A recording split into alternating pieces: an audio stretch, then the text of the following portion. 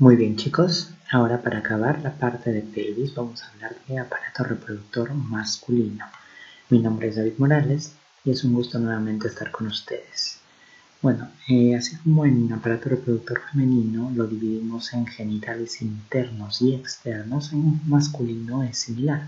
Dentro de los genitales internos tenemos a lo que son los testículos, que son las gónadas masculinas, ¿no? Dentro de ellas nosotros sabemos que los testículos tienen una serie de funciones, como son la producción de espermatozoides, ¿no? La producción de hormonas también, ¿no? Por ejemplo, la testosterona se produce en el testículo.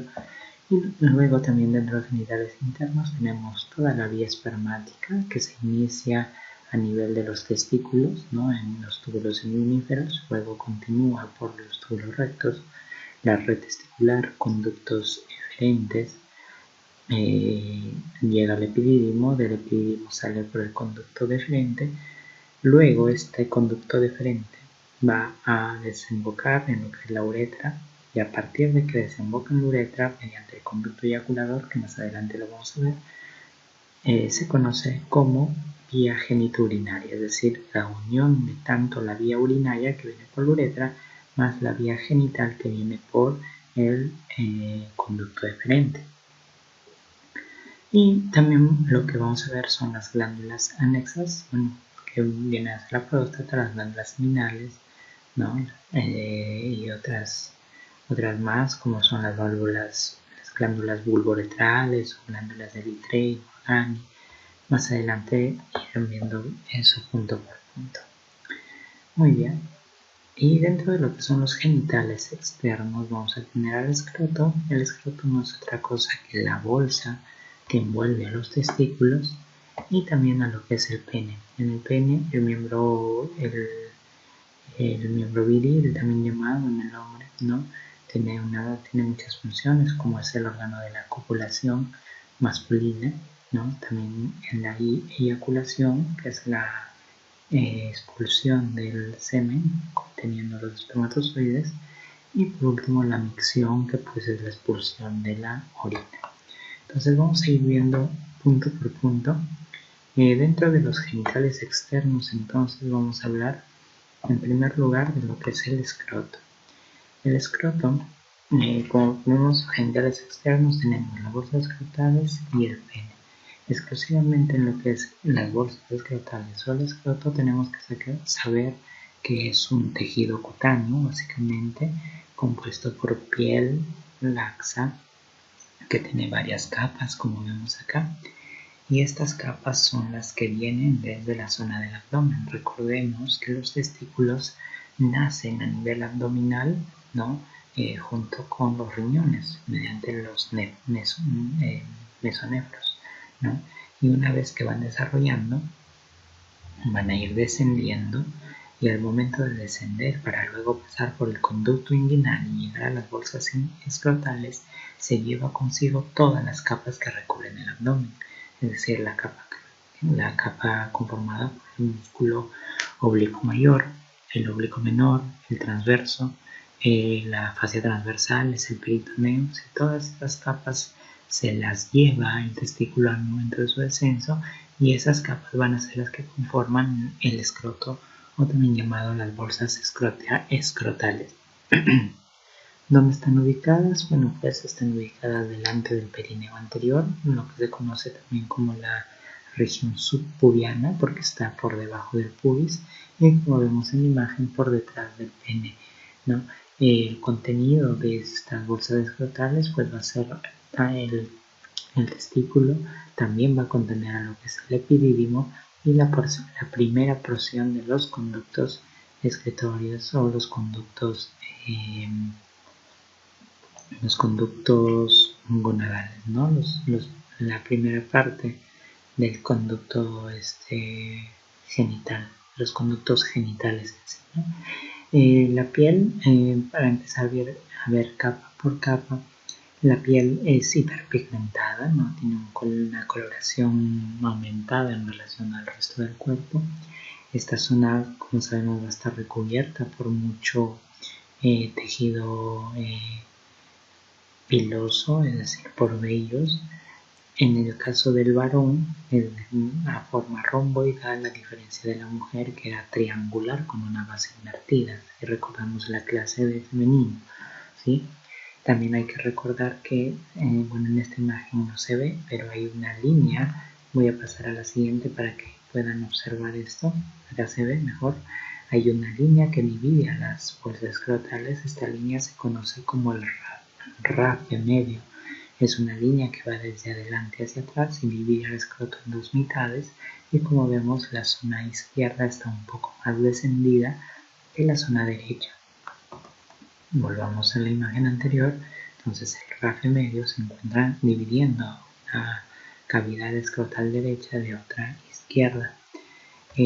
Recordemos que los testículos, para poder producir la espermatogénesis, tienen que estar a una temperatura inferior a la del cuerpo humano. ¿Cuánto es esta temperatura? Aproximadamente de 36 grados centígrados, es decir, 1 grado por debajo de la temperatura corporal. Es por eso que las bolsas escrotales están como alejadas del cuerpo. Pero hay ocasiones en que va a haber mucho frío, por ejemplo, por debajo de los 20 grados ambientales. Entonces corre peligro que los testículos se enfríen más de lo debido por estar colgando, por decirlo así. Por lo tanto, esta piel se contrae para pegar al testículo al cuerpo y se mantenga a una temperatura adecuada, ¿no? Estas características que tiene el escroto de contractibilidad, rugosidad, etc., van a cambiar a lo largo de la vida. Por ejemplo, en los niños, en los bebés y también en lo que son los ancianos, va a ser totalmente lisa las bolsas escrotales, pero en las personas adultas jóvenes va a tener muchos surcos o pliegues, ¿no? o rugosidades, como se dice, ¿sí? Por lo tanto es un tejido más fibroso, ¿no? Con fibras transversales. Bueno, la piel, como habíamos dicho, tiene folículos pilosos, glándulas sebáceas, sudoríparas también a este nivel. No se olviden del surco que presenta en la línea media, que se conoce como rafe medio. Y también hay que recordar que las arrugas que presentan son dependiendo de la edad, ¿no? En ancianos es liso, en adultos es rugoso básicamente. Siguiendo con las capas de la piel, como vemos el cuadro de la izquierda, tenemos al dartos. El dartos es un músculo liso delgado que se continúa desde lo que es la fascia superficial de la ingle, fascia femoral superficial también llamada, ¿no? Entonces al momento del testículo bajar por la ingle es la primera capa que se lleva, la fascia femoral superficial o inguinal superficial, ¿sí? Algo más característico del dartos importante es, miren, sigamos en la siguiente imagen, es que este dartos hace un pliegue en la línea media, hace un tabique, ¿sí? Que se dirige hasta la raíz del pene. Este pliegue o tabique me va a permitir dividir a las bolsas escrotales en dos cavidades escrotales, una cavidad escrotal derecha, una izquierda, de tal manera que se evita que los testículos estén cruzando de un lado a otro, ¿sí? La siguiente capa, volviendo a la imagen anterior, es la celulosa o cremasteriana externa. La celulosa o cremasteriana externa que vemos aquí, esta capa depende específicamente de la fascia de escarpa, ¿no? Que tanto de la parte anterior como posterior del músculo oblicuo mayor. Entonces, primer punto importante, la celulosa o cremasteriana externa proviene de las fascias del oblicuo mayor, no el músculo ancho del abdomen. Entonces no olviden, desde afuera piel, luego la dartos, que es la fascia inguinal superficial, luego la celulosa o cremasteriana externa, que es lo que proviene del músculo oblicuo mayor. Luego viene el músculo cremaster. Esto sí contiene fibras musculares, es de color rojo vinoso, con músculo estriado, y este músculo del cremaster es el que se va a encargar de contraer las bolsas escrotales para pegarlas a la posición, a la posición perineal, de tal manera de que se mantenga el calor testicular, sea una temperatura constante. Y cuando más bien hay mucho calor, este músculo cremaster se relaja para dejar a las bolsas colgando y la temperatura disminuye en relación a la corporal, ¿sí? Manteniendo una temperatura constante de 36 grados centígrados. Si la celulosa o cremasteriana externa proviene del oblicuo mayor, entonces la capa cremaster proviene del músculo que está por detrás del oblicuo mayor. ¿Cuál es ese? El oblicuo menor. No se olviden, fija, ¿no? La capa cremaster proviene del oblicuo menor. Luego viene la fibrosa o cremasteriana interna, que debería provenir después del oblicuo menor del músculo transverso abdominal, pero no, recordemos que a nivel inguinal el músculo transverso abdominal ya no tiene fibras musculares, por lo tanto lo que viene inmediatamente detrás del transverso abdominal es la fascia transversalis. Entonces la fibrosa o cremasteriana interna proviene de las fascias transversales. Y por último la túnica vaginal, que la vemos acá replegándose, es la última capa de las bolsas escrotales que va a cubrir tanto al testículo como al epidídimo. Esta hoja vaginal proviene de la capa que sigue a la fascia transversalis, que vendría a ser el peritoneo abdominal, ¿no? Entonces la túnica vaginal es una prominencia del peritoneo, y así como el peritoneo tenía su peritoneo parietal y visceral, como esta proviene del peritoneo, también pues va a tener su vaginal parietal y su vaginal visceral. La vaginal parietal va a cubrir tanto al testículo como al epidídimo, mientras que la vaginal visceral se va a pegar exclusivamente a lo que es el testículo y va a rodear a la capa propia del testículo, que se conoce como túnica lujímea.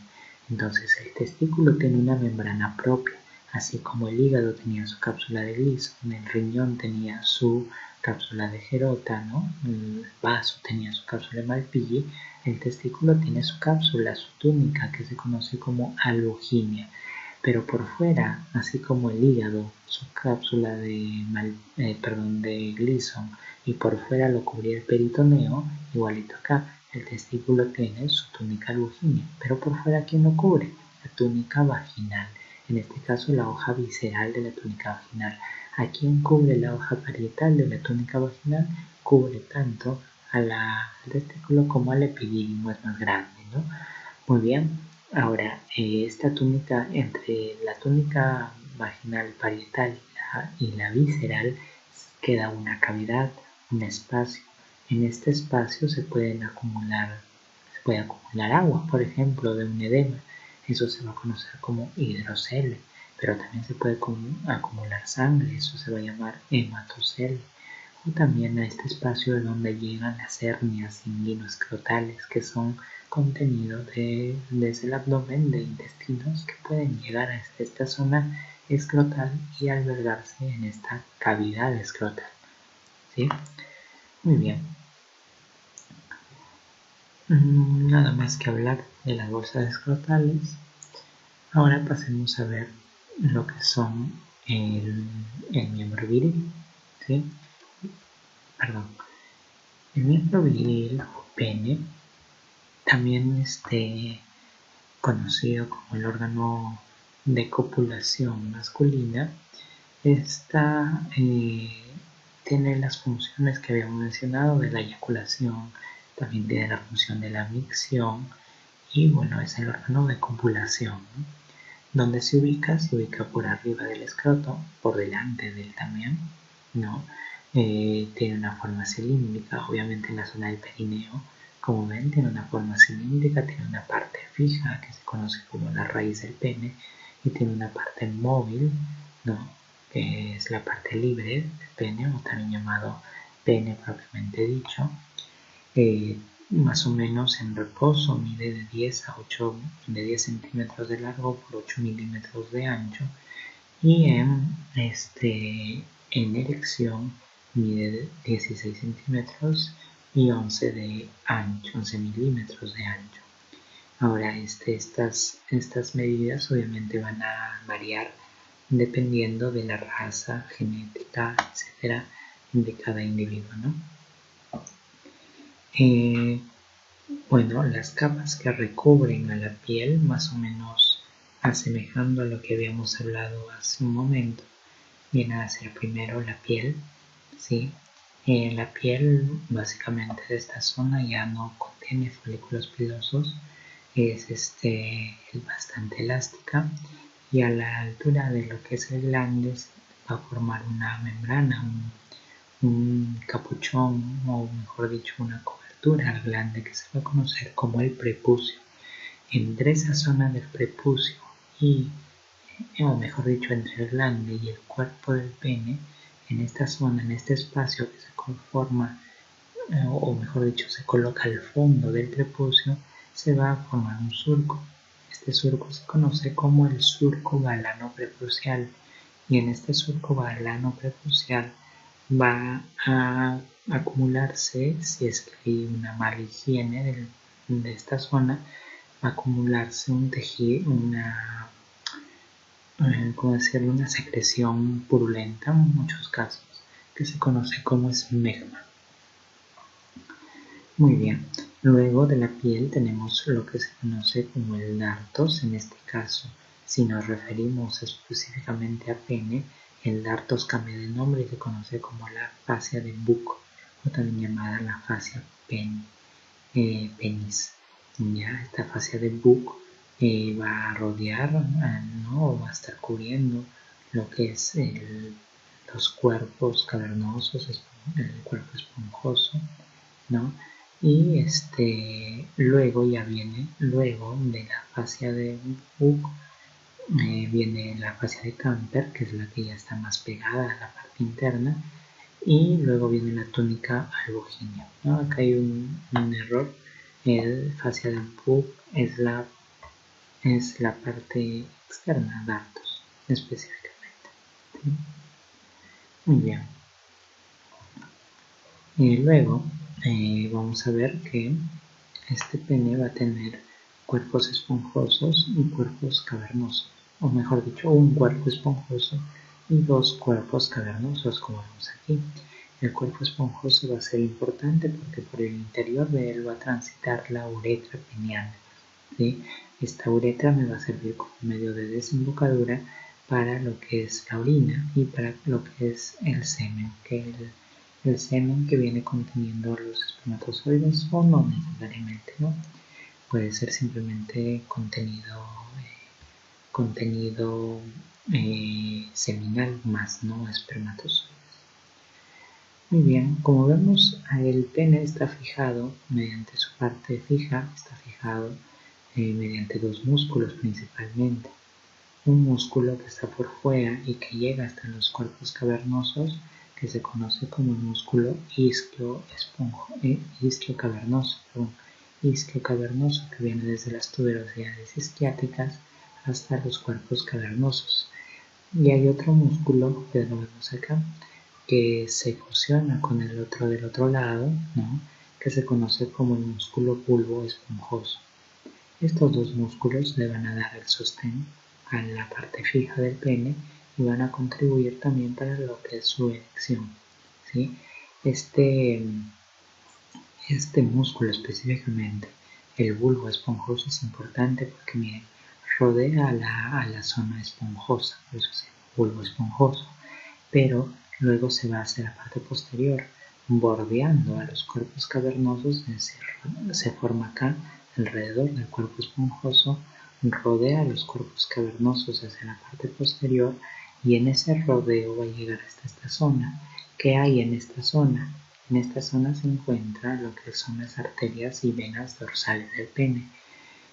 Por las arterias dorsales del pene, que son las ramas terminales de la pudenda interna, va a llegar la sangre hacia el pene, ¿no?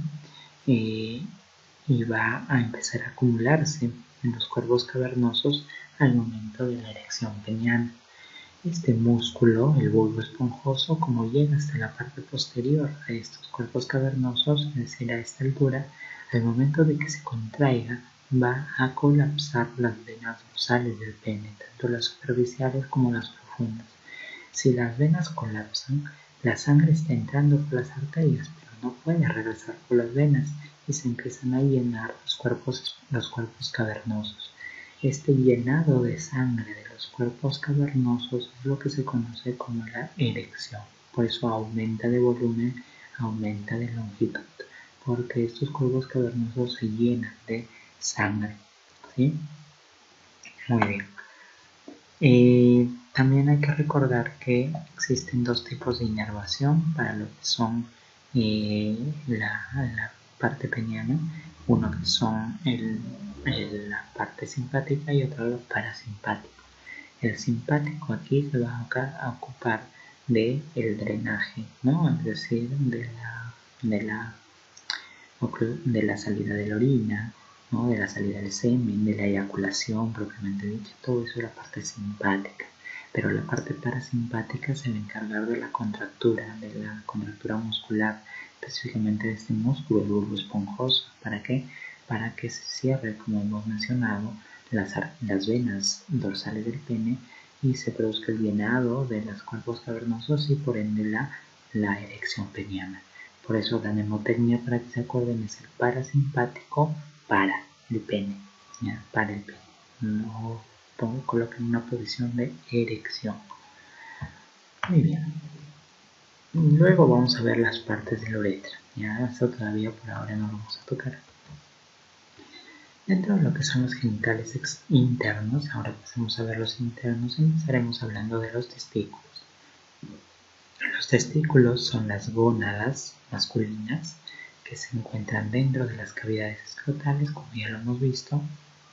Su función básicamente es la producción de espermatozoides, donde se producen los espermatozoides en estos túbulos que hay al interior de los testículos, que se conocen como los túbulos seminíferos, ¿sí? Que están divididos unos de otros gracias a las intrusiones o gracias a las penetraciones que hace la túnica albuginea, que recuerdan que la capa albuginea era la que cubría el testículo propiamente dicho, y luego se ingresa, como vemos acá, hacia el parénquima testicular para dividir este testículo en lobulillos o celdas testiculares.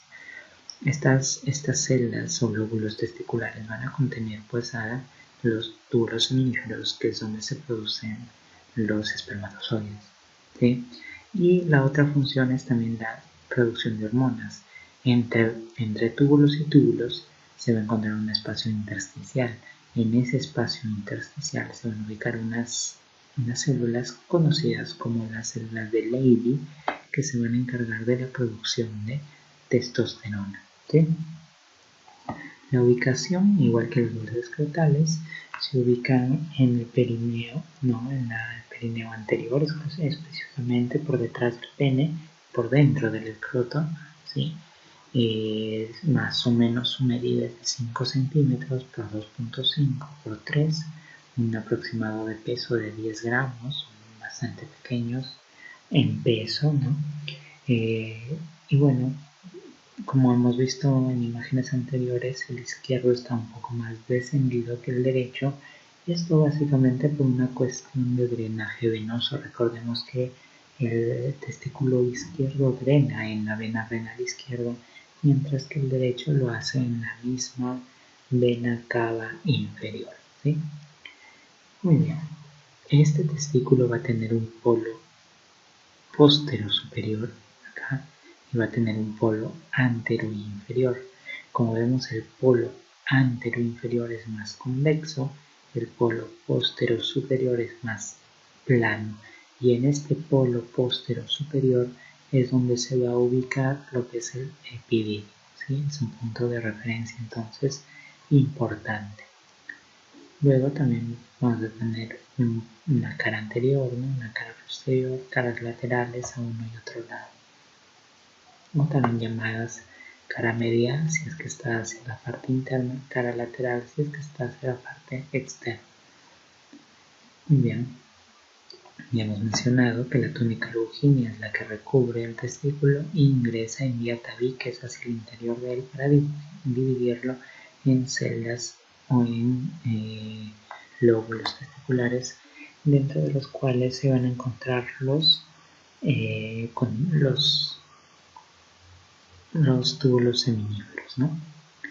Bueno, y lo otro es la vía espermática, que empieza desde los túbulos seminíferos hasta la salida del espermatozoide, ¿no?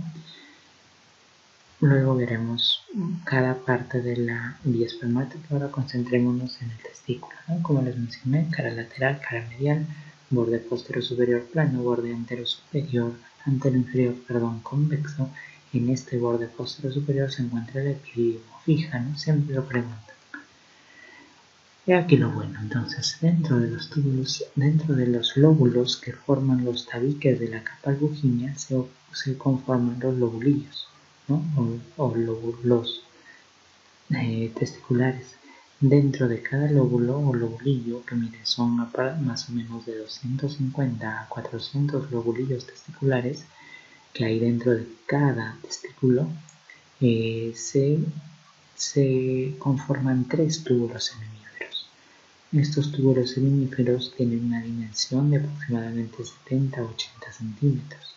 Entonces, si sabemos que dentro de cada lobulillo hay 3 túbulos seminíferos de 70 a 80 centímetros, entre los 3 lobulillos, entre los 3 túbulos seminíferos, multiplicado por el número de lobulillos, me va a dar el total de túbulos seminíferos, que son de 750,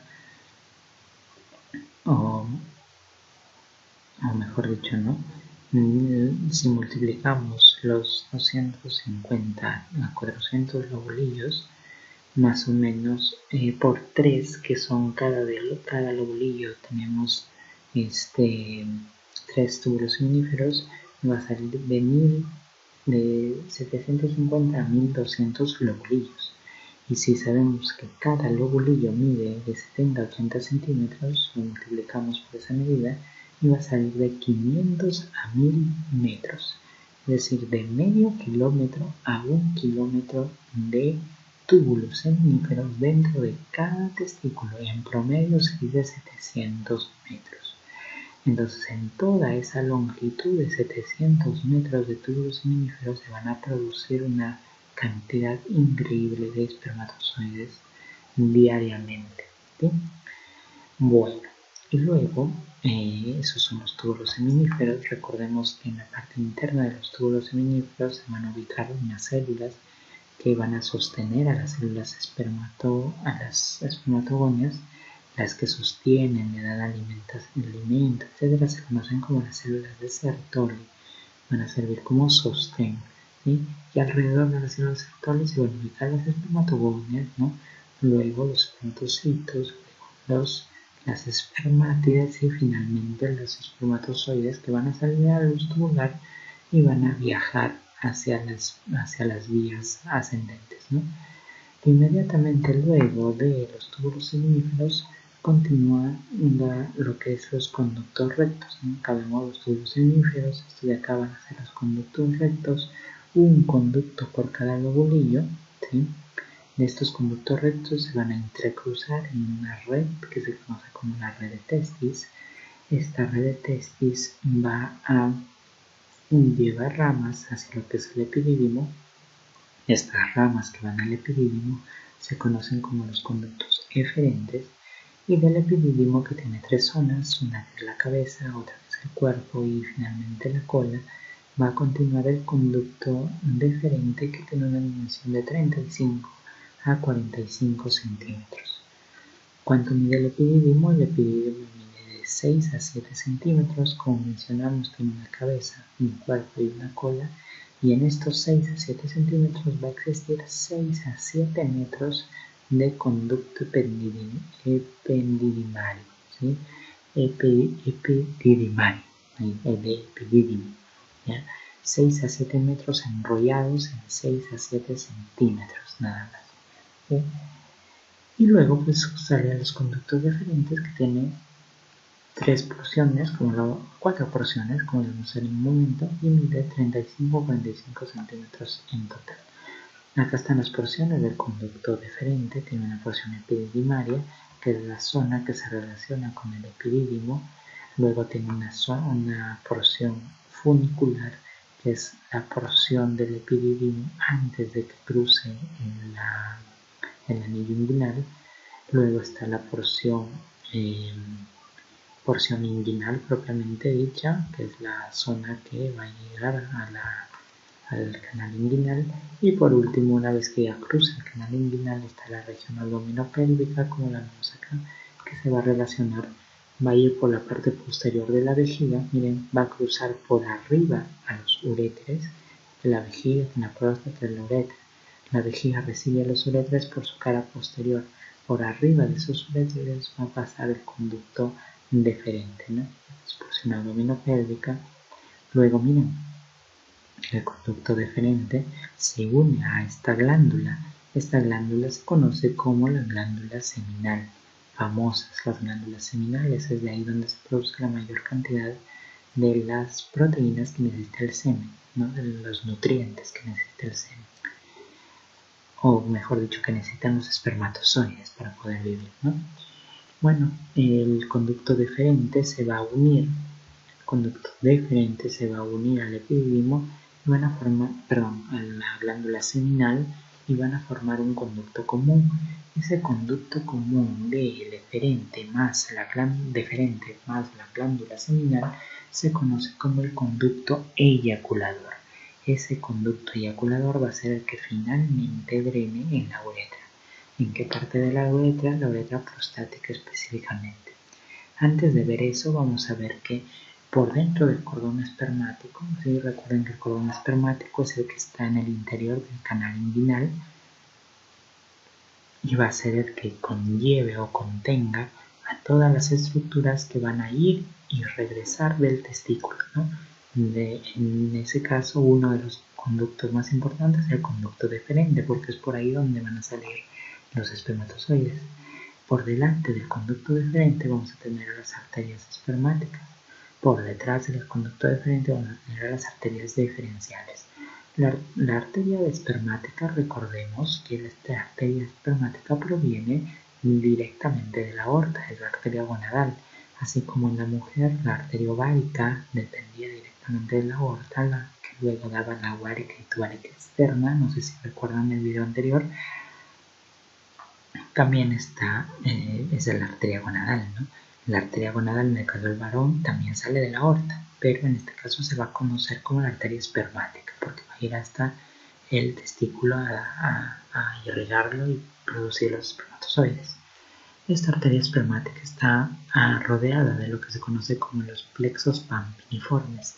Estos plexos pampiniformes luego ya formarán lo que es la vena espermática, que, como habíamos mencionado, en el lado izquierdo drena en la renal izquierda, mientras que en el lado derecho drena directamente en la vena cava inferior. Por detrás del conducto deferente vamos a tener a los vasos deferenciales. Acá vamos a tener la arteria deferencial. La arteria deferencial es una rama de la arteria hipogástrica. ¿Cuál es la arteria hipogástrica? La hipogástrica pues es la que va a dar irrigación a casi todas las vísceras pélvicas propiamente dichas, ¿no? Una de sus ramitas se va a conocer como la arteria vésico-deferencial. Esa arteria vésico-diferencial va a dar irrigación a la parte de a esta zona del conducto deferente, ¿no? Muy bien. Miren estas tres capas. Estas capas que están pintadas de amarillo, rojo y celeste serán las capas que protegen o que bajan junto con el testículo en el descenso, ¿no? Y que también las encontramos en las bolsas descartables. Será la cremasteriana interna, la cremasteriana y la cremasteriana externa. Recuerden, la interna proviene de la fascia transversalis, la cremasteriana proviene del músculo pío menor y la y la externa, ¿no? O la cremasteriana externa proviene del músculo oblicuo mayor. Y por fuera de esto vamos a encontrar lo que es la piel, ¿no? El tejido epitelial de esta zona. Entre la cremasteriana externa y la capa externa que recubre toda esta canal inguinal, que es la cordón epitelial, debemos encontrar la arteria funicular y el nervio genitocrural. La arteria funicular es una rama de la ilíaca externa antes de que la ilíaca externa atraviese la inguinal para convertirse en femoral. Da una de sus ramitas, que es esta, que es la arteria funicular. Y el otro pues es el nervio genitocrural, que como sabemos proviene del plexo lumbar, ¿no? El nervio genitocrural, uno de los nervios colaterales. Seguro ustedes lo conocen más como el nervio genitofemoral, ¿no? Genitofemoral o genitocrural es lo mismo, ¿no? Que iba por la parte anterior del cordón espermático, ¿no? Perdón, del músculo psoas iliac, psoas mayor, ¿no? Muy bien chicos. Luego, a ver, veamos. Acá está la parte de la uretra importante. Miren, ¿qué pasa acá? La uretra tiene varias porciones, ¿sí? La uretra tiene una porción prostática, luego viene una porción membranosa, aquí acá están las medidas, luego viene la porción esponjosa, que es la parte peniana propiamente dicho, ¿no? La uretra, desde que nace la vejiga hasta su desembocadura, va a presentar 3 dilataciones y 4 estrecheces. La primera estrechez es acá, por debajo de la vejiga, ¿no? Esta porción se va a conocer como la estrechez cervical, porque está en el cuello vesical. Y es acá donde se va a ubicar lo que es el esfínter interno, ¿no? El esfínter urinario interno, es decir, el esfínter involuntario. Esa es una estrechez. Luego viene una dilatación. Esta dilatación es la uretra prostática. Luego viene una estrechez a la altura del cruce de estos músculos. Este músculo es el transverso profundo del perineo. ¿Ya? Esta es la estrechez membranosa. Entonces habíamos mencionado la estrechez membranosa, que es a nivel del músculo profundo transverso del perineo, ¿no? El piso pélvico. Y luego viene la dilatación de aquí, que es la dilatación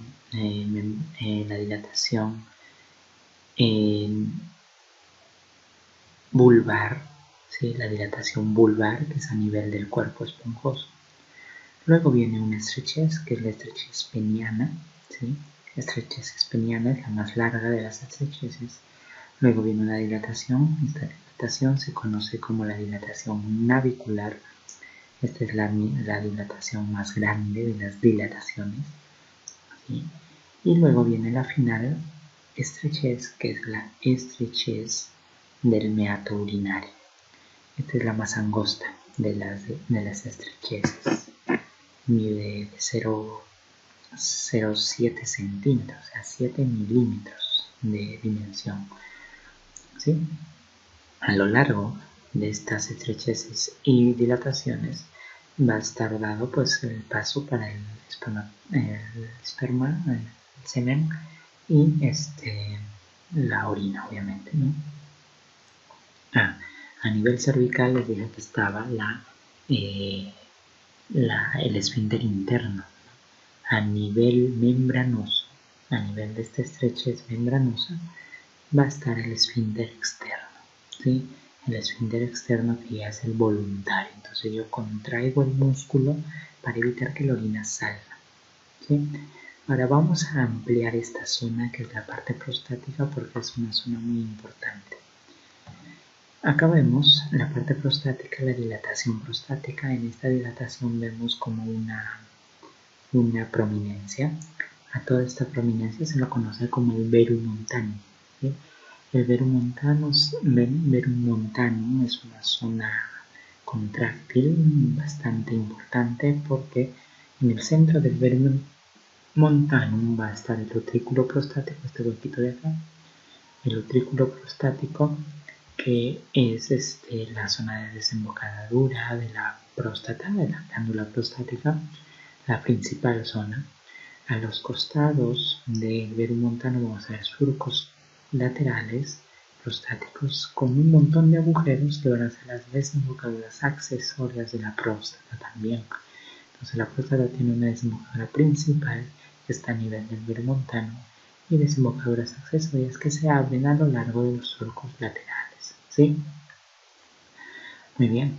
Por debajo de la desembocadura de la próstata, que se conoce como el utrículo prostático, vamos a encontrar a dos orificios, uno derecho y uno izquierdo, que provienen de los conductos eyaculadores. ¿Qué mencionamos que eran los conductos eyaculadores? Los conductos eyaculadores eran la unión del conducto deferente más el conducto que proviene de las vesículas seminales, ¿sí? Entonces esos conductos eyaculadores hacen su drenaje en la uretra a nivel del verumontano, ¿sí? Ahora, este verumontano les digo es un tejido importante, un tejido contráctil, y me va a servir ¿para qué? Para que al momento de la eyaculación este verumontano se dilata hasta que ocupa el espacio total de la uretra a nivel de acá, para impedir el paso de la orina. Por lo tanto, no se puede eyacular y orinar al mismo tiempo. Eso es imposible, gracias a quién, al verumontano. Muy bien. Y eso sería todo por esta clase. Cualquier duda, cualquier consulta, me las enseñan. Hasta pronto.